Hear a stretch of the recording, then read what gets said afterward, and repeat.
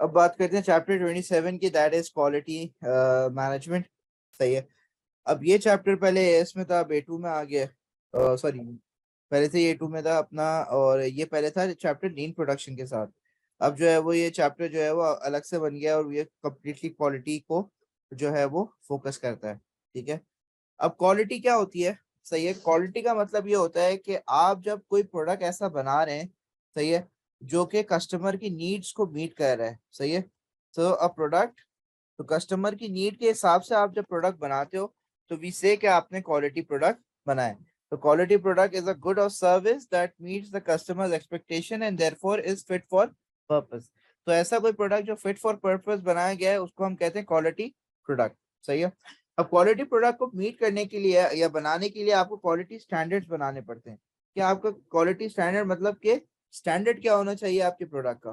तो the expectation of customers expressed in terms of the minimum acceptable production और service standards. जो customer चाहता है उस चीज को हम कैसे बनाएंगे, that is simply your quality standard. For example, अगर कस्टमर का स्टैंडर्ड ये है कि कस्टमर को अगर कोई जैसे कोलाची, अब कोलाची पे अगर कोई चीज आपको खराब निकल जाए या कोई बाल वाल भी आ जाए, तो उसका स्टैंडर्ड क्या है कि वो आपको बेसिकली पूरा बना के नया जो है वो सर्व करेंगे लाके। क्यों? क्योंकि कस्टमर की एक्सपेक्टेशन ये होती है। कस्टमर चाहते हैं कि जब एक चीज मुझे खराब मिली है, उसके मैं पैसे दे रहा हूँ, तो वही चीज आप जाके दोबारा नहीं लेकर आओ, बल्कि जो चीज खराब है आपके एंड से गलती है, तो उस गलती को आप सुधारें और मुझे कोई दूसरा नया चीज ला के दे। तो कस्टमर की एक्सपेक्टेशन ये होती है। तो बहुत से रेस्टोरेंट जो ऐसा नहीं करते, वो फेलियर की तरफ जाते हैं, या वो क्वालिटी मेंटेन नहीं, उनका कस्टमर कभी ये नहीं बोलेगा कि यार इसकी जगह की क्वालिटी अच्छी है। और जो क्वालिटी स्टैंडर्ड्स को मेंटेन करते हैं, वो रेस्टोरेंट्स वगैरह काफी सक्सेसफुल होते हैं। अब बात करते हैं कि अगर देखा जाए तो प्रोडक्ट में क्वालिटी तो यही देखी जाती है ना, हम उसको देख के बता सकते हैं कि हाँ यार, ये प्रोडक्ट की क्वालिटी कैसे अच्छी है कैसे बुरी है। अभी मटेरियल चेक करोगे, उसकी फिनिशिंग चेक करोगे, सही है, और फिर आप बता सकते हो, असेस कर सकते हो एक प्रोडक्ट को फिजिकली देख के कि इस प्रोडक्ट की जो है वो क्वालिटी अच्छी है, गुड की क्वालिटी अच्छी है। लेकिन एक सर्विस की क्वालिटी, एक सर्विस बिजनेस कैसे क्वालिटी अपनी इंप्रूव कर सकता है, या एक रेस्टोरेंट कैसे क्वालिटी इंप्रूव कर सकता है? By the time and manner in which the telephone calls are answered. सही है। अपनी कस्टमर सर्विस को इम्प्रूव करके वो अपनी क्वालिटी को इंक्रीज कर सकता है कि कस्टमर, अब जैसे फॉर एग्जांपल बैंक्स है, अब आपका लेट्स सपोज खुदा ना खास्ता आपका क्रेडिट कार्ड या डेबिट कार्ड आपका जो है वो घूम गया है। सही है। तो और आपको जल्दी से अर्जेंटली जो है वो उसको ब्लॉक कराना है। तो अगर कोई कस्टमर बैंकिंग ऐसी है कि वो बहुत टाइम लेती है ब्लॉक करने में कार्ड वगैरह, तो वो बेसिकली आपको उसके बाद क्यूइंग टाइम इन ब्रांचेस, अगर आपकी लाइनें बहुत ज्यादा लग रही हैं, आपका सिस्टम स्लो है, सही है, बैंकिंग का, तो जाहिर सी बात है आपका जो है वो क्यू टाइम अगर ज्यादा है ब्रांचेस के अंदर, तो वो जो है वो फिर आपको सर्विस आपकी खराब होगी बैंक की। फिर the number of account errors. सही है। एरर्स आते हैं, ऐप नहीं चल रही होती, सही है, बैलेंस नहीं शो हो रहा होता, बैलेंस गलत शो हो रहा होता है। ये सारी चीजें भी आपके बैंकिंग सर्विस या बैंकिंग सर्विस को बेकार बनाएंगी। And the quality of financial advice, आपकी बैंकिंग सर्विस की फाइनेंशियल एडवाइस अच्छी नहीं है। आप कस्टमर्स को रेकमेंड नहीं करते कि आप पैसे कहाँ इन्वेस्ट करें, कहाँ जो है वो इन्वेस्ट ना करें। ये सारी चीजें जो है वो आपको बैंकिंग सर्विस को बुरा बनाती है। और ऑन द कॉन्ट्रेरी, अगर ये सारी चीजें फाइनेंशियल एडवाइस वगैरह अच्छी होगी, तो आपकी बैंकिंग सर्विस ज्यादा बेहतर से बेहतर होती रहेगी। तो अब इम्पोर्टेंस ऑफ क्वालिटी के, बेसिकली क्वालिटी क्यों देना चाहिए, क्वालिटी प्रोड्यूस क्यों करनी चाहिए हमें, क्वालिटी प्रोडक्ट क्यों बनाना चाहिए? Number one, customer loyalty increase होती है। सही है। अब ये पॉइंट समझ में आना चाहिए आप लोग को। सही है कि कस्टमर लॉयल्टी कैसे इंक्रीज होती है, कि जब आप एक क्वालिटेटिव, जैसे एप्पल है, आईफोन में क्वालिटी है, कस्टमर लॉयल है उसके। फिर reduce the cost of customer complaints, customer complain नहीं करता, कस्टमर जो है वो कंपनसेशन नहीं देनी पड़ती उसको। जैसे अब फॉर एग्जांपल अभी रेस्टोरेंट की एग्जांपल दी थी कि कस्टमर कंप्लेन अगर आती है तो आपको दोबारा से सारी चीजें बनानी पड़ेंगी। तो आपका जहाँ एक ऑर्डर जाता, सही है, एक इंग्रेडिएंट लगते, एक डिश के इंग्रेडिएंट्स लगते हैं, वहां आपके दो डिश पे इंग्रेडिएंट्स भी लग रहे हैं और पैसे आपको एक ही के मिल रहे हैं। तो ये भी मसला होता है। फिर helps prolongs product life cycles, आपका जो प्रोडक्ट लाइफ साइकिल होता है वो प्रोलॉन्ग हो जाता है। दैट मीन्स कि प्रोडक्ट जो है वो डिक्लाइन की तरफ ज्यादा जल्दी नहीं पहुंचता, बल्कि थोड़ा देर से पहुंचता है। फिर reduces the cost of advertising, quality अच्छी देंगे तो ब्रांड इमेज डेवलप होगा, ब्रांड इमेज डेवलप होगा तो आपका ब्रांड इमेज डेवलप होगा तो आपकी क्वालिटी कॉस्ट ऑफ एडवर्टाइजिंग भी कम आएगी। फिर raises the prices that can be charge for quality good and services. सही है। फिर आप जाहिर सी बात है अगर क्वालिटी प्रोडक्ट बनाएंगे तो आप जाहिर सी बात है प्राइसेस भी हाई चार्ज कर सकते हैं अपने प्रोडक्ट की और सर्विस की, और पैसा हाई चार्ज करेंगे तो डेफिनेटली आपको फायदा होगा। तो ये इंपॉर्टेंस है क्वालिटी की। समझ में आ रही है बात? यहाँ तक कोई मसला है तो पूछ लें। Alright, moving on, business competitiveness is affected by quality। अब आपके बिजनेस की competitiveness भी अफेक्ट होती है bye quality. Reducing prices necessary is not the best method of increasing competitiveness। सही है। अब जाहिर सी बात है जब आप क्वालिटी प्रोडक्ट दे रहे हो तो क्वालिटी देने से बिजनेस की competitiveness बढ़ जाएगी। कैसे? कि अब देखो हर बार अगर बिजनेस अपनी competitiveness होता क्या है कि अपने कॉम्पिटिटर से आगे निकलना। सही है। तो बिजनेस हर बार रिड्यूसिंग प्राइसेस अगर करके अपनी competitiveness बढ़ा रहा है तो that will make the business a low quality product. सही है। बिजनेसेस को competitiveness बढ़ानी भी कैसे चाहिए? By giving consistent quality. आप जब अब जैसे एप्पल है, एप्पल अपने प्राइसेस कम नहीं करता, लेकिन एप्पल क्या देता है? Quality consistently. वो भी कंसिस्टेंट क्वालिटी देने से, कंसिस्टेंटली कस्टमर्स की नीड्स को सेटिस्फाई करने से, सही है, एप्पल जो है वो बेसिकली अपनी क्वालिटी मेंटेन कर रहा है और वो कंपेटिटिव है मार्केट के अंदर। फिर consistent high quality can lead to a well known brand image. तो कंसिस्टेंटली जब आप हाई क्वालिटी दोगे तो आपकी ब्रांड इमेज बेहतर से बेहतर होगी। And higher prices can be justified for a unique selling point.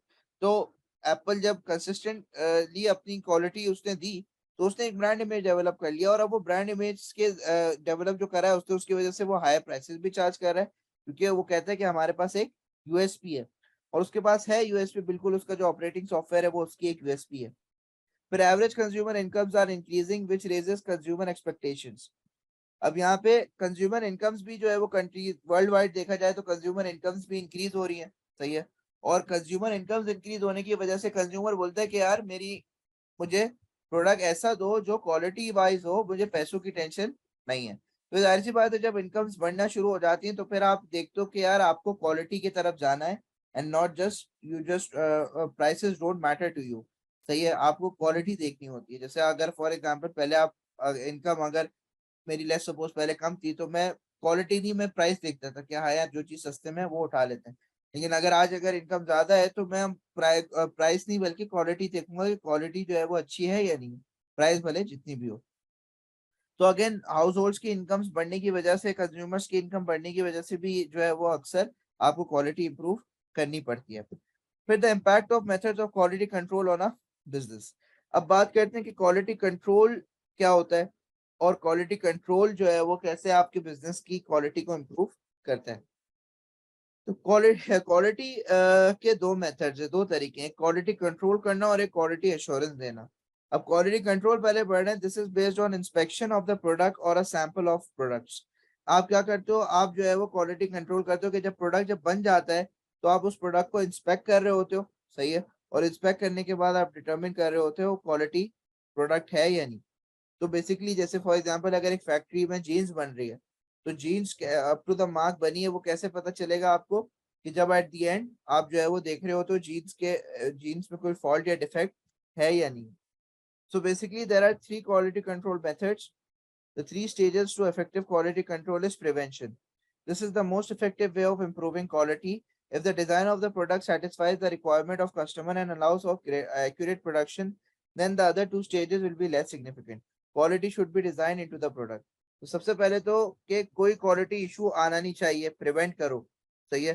कि फॉर एग्जांपल अगर आपने प्रोडक्ट का डिजाइन बनाया है तो डिजाइन को इस तरीके से बनाओ कि आपका क्वालिटी का इशू उस डिजाइन में आए नहीं कभी। सही है। तो पहला है प्रिवेंशन। दूसरा है इंस्पेक्शन, कि इन केस अगर कोई आता है तो उसको इंस्पेक्ट करो। तो traditionally this has been the most important stage. It involves high cost as technically qualified inspectors are needed to check the finish product. तो जब प्रोडक्ट पूरा बन जाए क्या करो? उसको इंस्पेक्ट करो कि वो प्रोडक्ट क्वालिटी के हिसाब से बना है या नहीं बना है।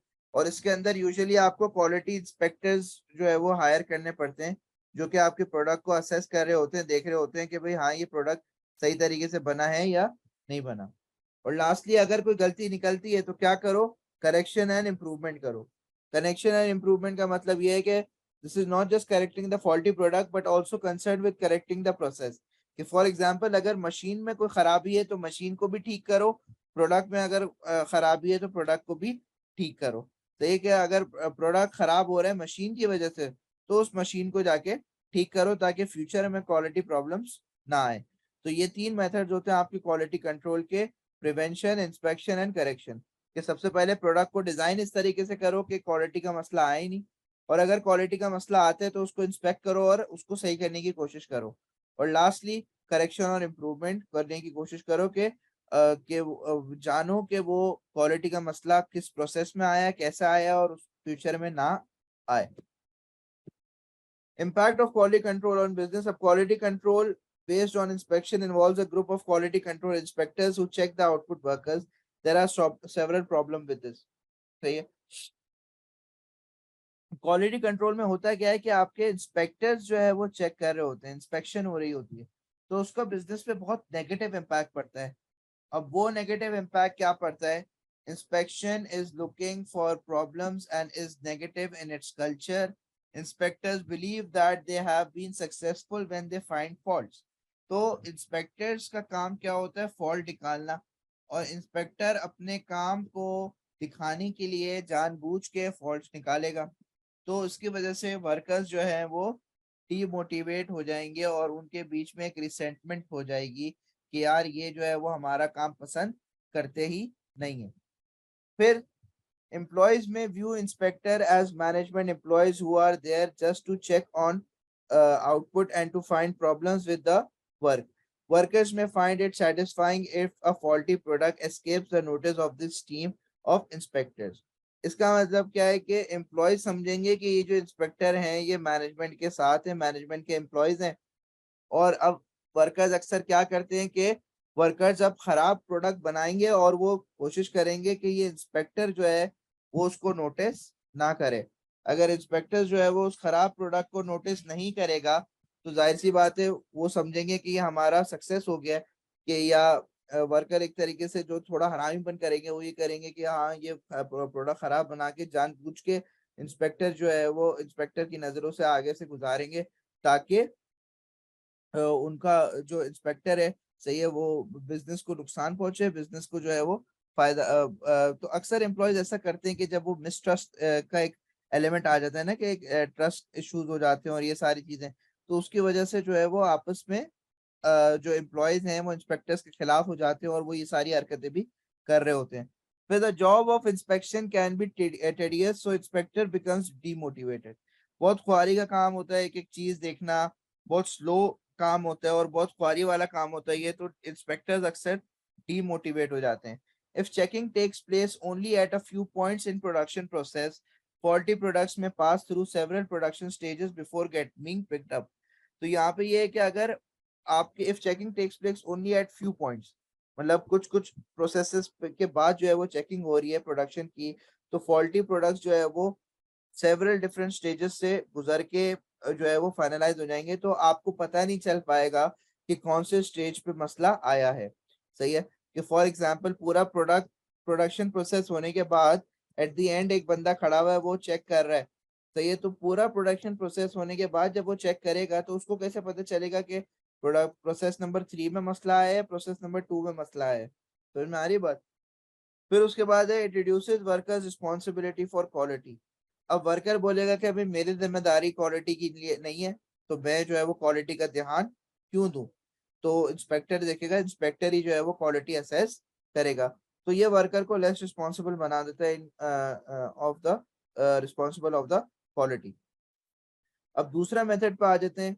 दूसरा मेथड है, अब क्वालिटी कंट्रोल के ये जो प्रॉब्लम्स हैं इनको रिजॉल्व करने के लिए आया था क्वालिटी एश्योरेंस मेथड। अब क्वालिटी एश्योरेंस मेथड क्या होता है? Quality assurance is a system of agreeing and meeting quality standards at each stage of production to ensure customer satisfaction. तो जब आप एग्री करते हो और क्वालिटी स्टैंडर्ड को मीट करते हो eight each stage of production. Each stage of production का मतलब क्या है? कि हर एक प्रोसेस के बाद, जैसे आप अगर प्रोडक्ट बन रहा है प्रोसेस 1, फिर प्रोसेस 2, फिर प्रोसेस 3, प्रोसेस 4, फिर प्रोसेस 5। जब आपकी प्रोडक्शन इस तरीके से हो रही है कि हर प्रोसेस पे आपका प्रोडक्ट गुजर रहा है, तो बीच में आपका होता है क्वालिटी इंस्पेक्टर, जो हर बार जो है वो हर प्रोसेस के बाद प्रोडक्ट की क्वालिटी को असेस कर रहा होता है, प्रोडक्ट सही बना है या नहीं बना। समझ में आ रही है बात। तो ये जी सर। हमारा यहाँ पे इसको हम कहते हैं क्वालिटी एश्योरेंस के 1 से 2 पे जाने से पहले ये बंदा जो है वो चेक करेगा क्वालिटी को कि 1 वाले ने सही काम करा है या नहीं करा, और 2 से 3 पे जाने से पहले ये बंदा चेक करेगा कि 2 ने सही काम करा है या नहीं करा। 3 से 4 पे जाने से पहले ये बंदा चेक करेगा कि 3 ने सही काम करा है या नहीं करा। तो इसको हम कहते हैं क्वालिटी एश्योरेंस मेथड। अब क्वालिटी एश्योरेंस का बेसिकली मेथड का जो है वो फायदा ये है कि puts much emphasis on the prevention of poor quality by designing products for easy fault free manufacturing. This result in getting the quality at the first time. तो आप प्रोडक्ट की डिजाइनिंग इस तरीके से करते हो कि उसमें कोई क्वालिटी इशू आए ना। फिर stresses the importance of worker aiming for zero defects, so reducing the chances of faulty products being made and expensive reworking of quality product। अब ये बेसिकली क्या करते हैं, ये वर्क क्वालिटी एश्योरेंस में वर्कर्स को जिम्मेदार बना देते क्वालिटी का। क्वालिटी कंट्रोल में जिम्मेदार कौन था, क्वालिटी इंस्पेक्टर्स। यहाँ पे जिम्मेदार कौन है, वर्कर्स। तो वर्कर्स को ही बोला जाता है कि भाई आप जीरो डिफेक्ट प्रोडक्शन करें। जीरो डिफेक्ट प्रोडक्शन का मतलब ये होता है कि प्रोडक्शन में डिफेक्ट आना ही नहीं चाहिए। फिर स्टैब्लिश, तो बेसिकली जब आप वर्कर को रिस्पॉन्सिबल बना देते हो क्वालिटी का, तो वर्कर ध्यान से काम करता है। Establishes quality standards and target for each stage of production process for goods and services. तो हर स्टेज के बाद जो ये इंस्पेक्टर है ना, इसको पता होगा कि प्रोडक्ट को कैसे चेक करना है। जैसे स्टेज 1 पे जो काम हुआ होगा, इसको पता होगा कि स्टेज 1 पे ये काम हुआ है, तो मुझे ये चीजें चेक करनी है प्रोडक्ट की। सही है। तो हर एक स्टेज के बाद जो है वो क्वालिटी एनहांस हो रही है और क्वालिटी एश्योर हो रही है। Check components, material and services bought into the business at their point of arrival and not at the end of the production process। Material आ रहा है, जब कंपोनेंट आ रहा है, मटेरियल आ रहा है, सप्लायर, कभी कभार ऐसा होता है ना, सप्लायर वो आपको बेकार मटेरियल, बेकार सारी चीजें भेज देता है। तो और अगर आप उसको बगैर चेक करें मशीन में डाल देते हो तो प्रोडक्ट तो बन जाएगा आपका, लेकिन प्रोडक्ट क्वालिटी के हिसाब का नहीं बनेगा। और क्वालिटी के हिसाब का नहीं बनेगा तो जाहिर सी बात है जो है वो फिर एट द एंड आपको वो प्रोडक्ट पूरा वेस्ट करना पड़ेगा। समझ में आ रही है बात। तो यहाँ पे यही है कि आपका जो मटेरियल वगैरह है वो पहले ही चेक हो जाता है। सही है। जब अराइवल होती है उसकी, जब भी चेक हो जाता है कि ये प्रोडक्शन प्रोसेस में जाने के लायक है या नहीं। तो ये भी आपका एक फायदा है कि क्वालिटी एश्योरेंस में आपको पता चल जाता है कि सप्लायर ने आपको सही माल भिजवाया या नहीं भिजवाया। Agreed standards must be established at all stages of the process from initial product idea to it finally reaching to the consumer। तो क्वालिटी एश्योरेंस में आप क्या कर रहे होते हो, आप एग्रीड स्टैंडर्ड सेट कर रहे होते हो at all stages of the process. यहाँ पे प्रोसेस 1 का एक स्टैंडर्ड होगा, जो स्टैंडर्ड कौन चेक करेगा, ये वाला इंस्पेक्टर चेक करेगा।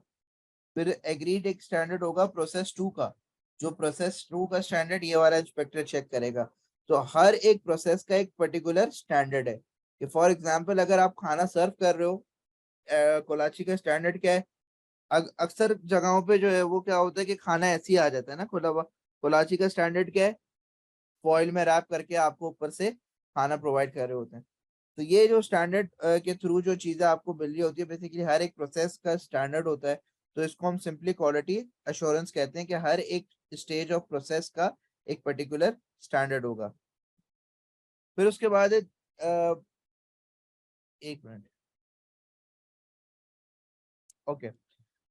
तो अब आप क्या करते हो कि आप हर प्रोसेस पे कोई ना कोई स्टैंडर्ड जो है वो सेट कर देते हो।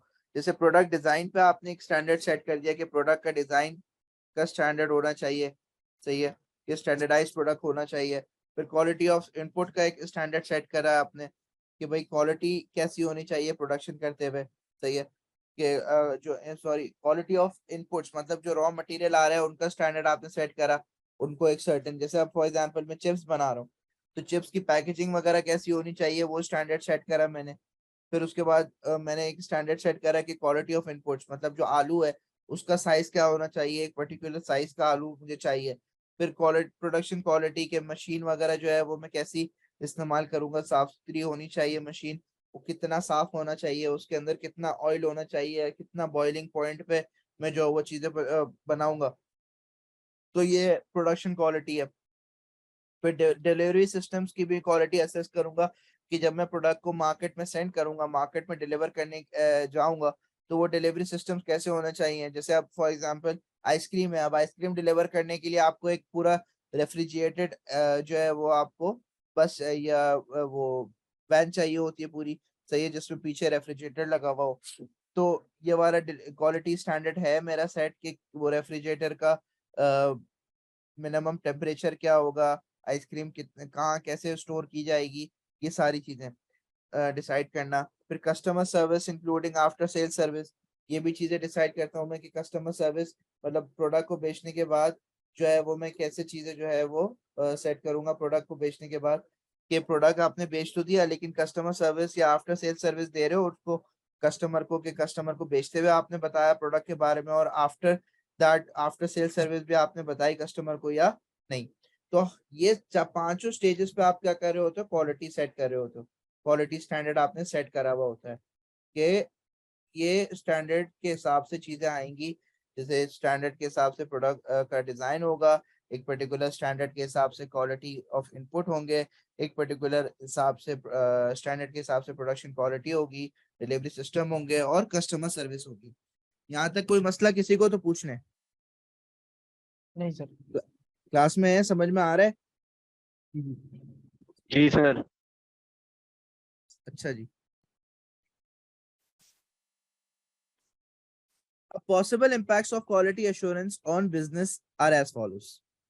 क्वालिटी assurance का क्या इम्पैक्ट पड़ेगा बिजनेस पे? Everyone is responsible for quality.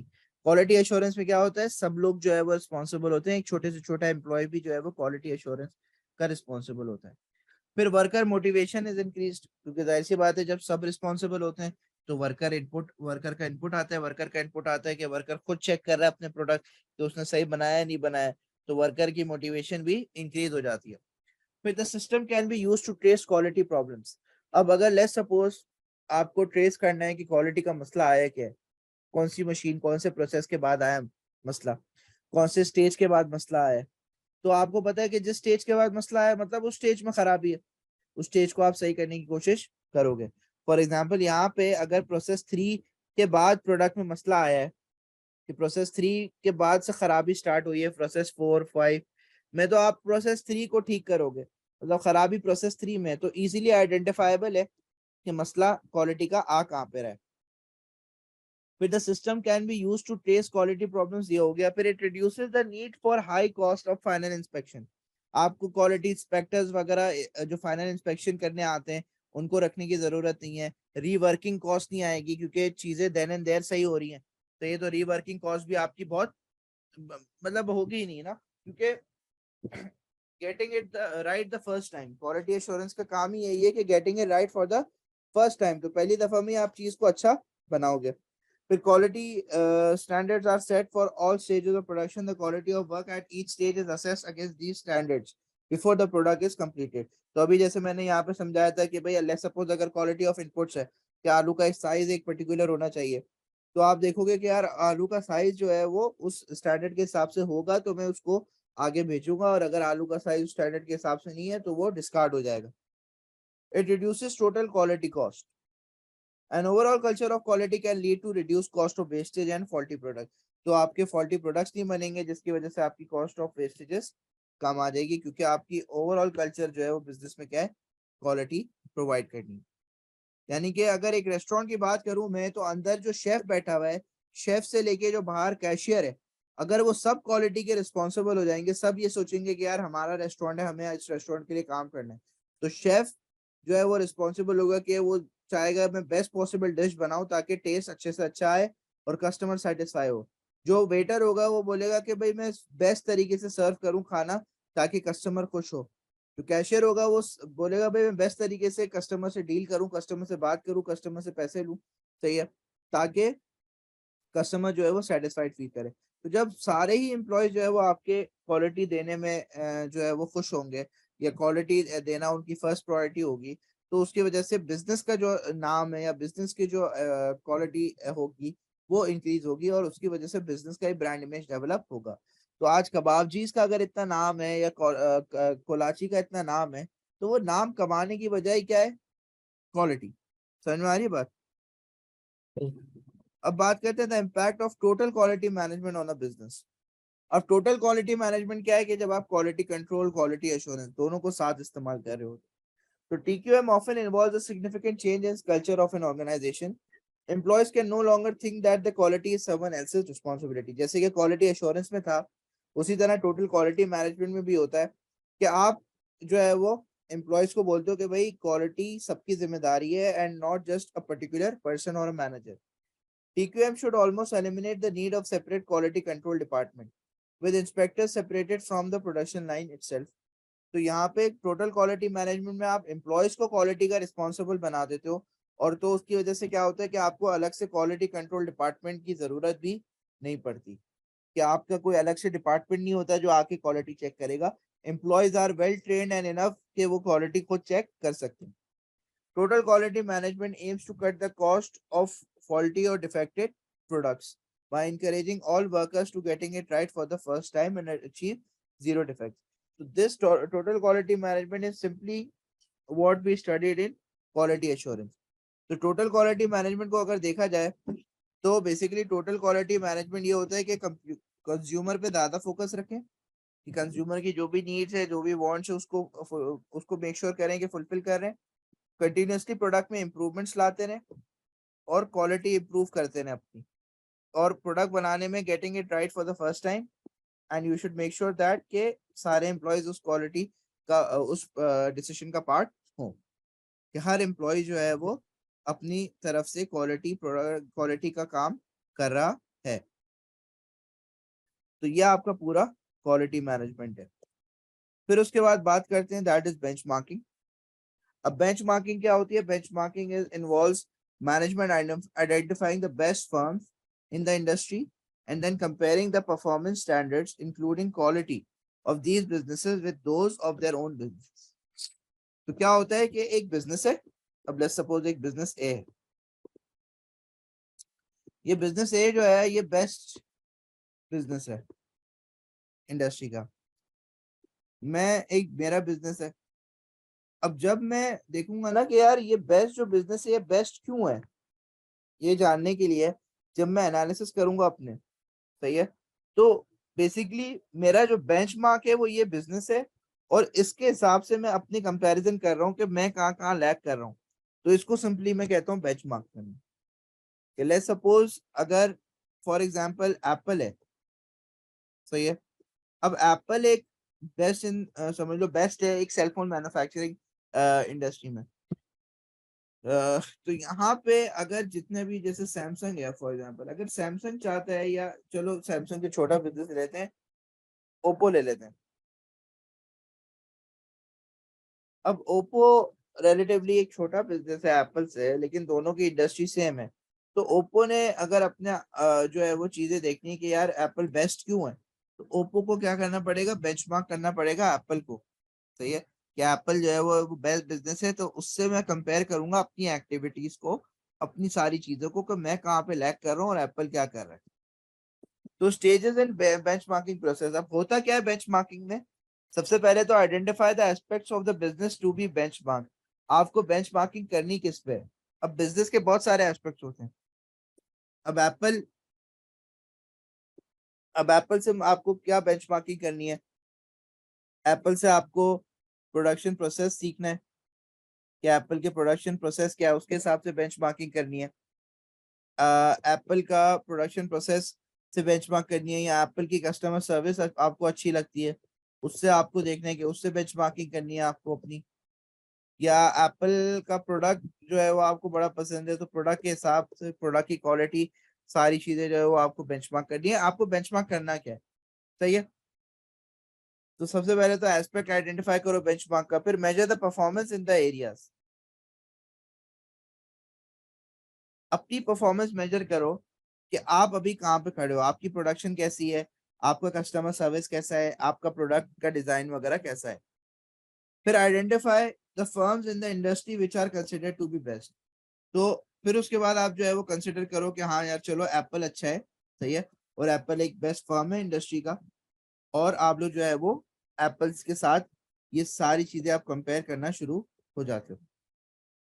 फिर उसके बाद यूज कंपैरेटिव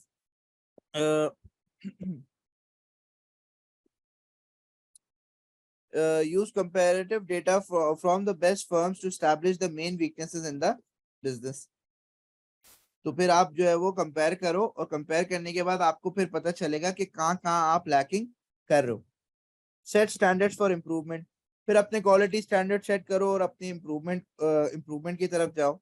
फिर चेंज प्रोसेसेस वगैरह चेंज करो ताकि आपकी क्वालिटी स्टैंडर्ड अचीव हो जाए. And then remeasurement. आप देखो कि आपने अचीव करा है जो बेंचमार्क करा था या नहीं. फॉर एग्जाम्पल अगर मैं आप लोग से बोलूं कि भाई आप लोग को अगर आपको अपनी पढ़ाई का एस्पेक्ट जो है वो मेजर कर अपना बेंचमार्क करना है किसी एक अच्छे स्टूडेंट के साथ, तो आपका एस्पेक्ट क्या है भाई? स्टडीज.